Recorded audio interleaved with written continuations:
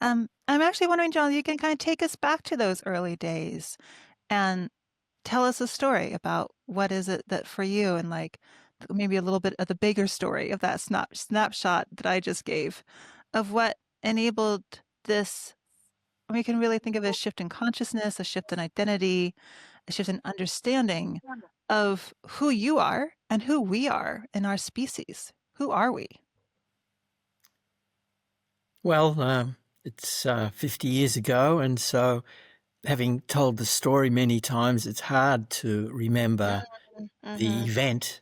But I was living as a sort of a hippie Buddhist, back to the land farmer in northern New South Wales, Australia, in what had been the big scrub, the largest subtropical rainforest in the world, but less than 1% of it remained after logging and clearing for agriculture.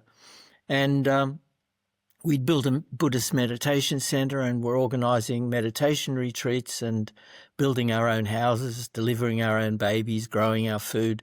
And I thought I was going to spend my life like that when a neighbour one day appealed for help, saying that the Forestry Commission was coming in the next day to log the rainforest at the end of Terania Creek Road, and could we please help to stop them? So I didn't know what a rainforest was. I didn't know there were rainforests in Australia. I'd never been to the end of Terania Creek Road. That was only a few miles from where I'd been living. But I was into supporting the neighbourhood. And so out, curiosity and neighbourliness, I went along. And I guess I was smitten that somehow being in the midst of what I gradually came to learn was the original biota of Australia that had been a refuge for rainforest for 100 million years, as the rainforest expanded and contracted due to climate change over all of those immense deep time.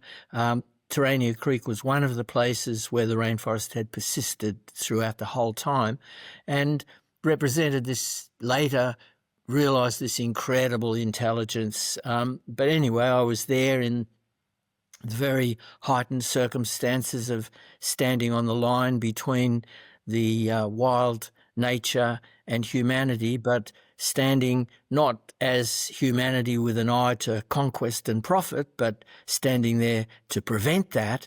And suddenly everything changed. My whole life changed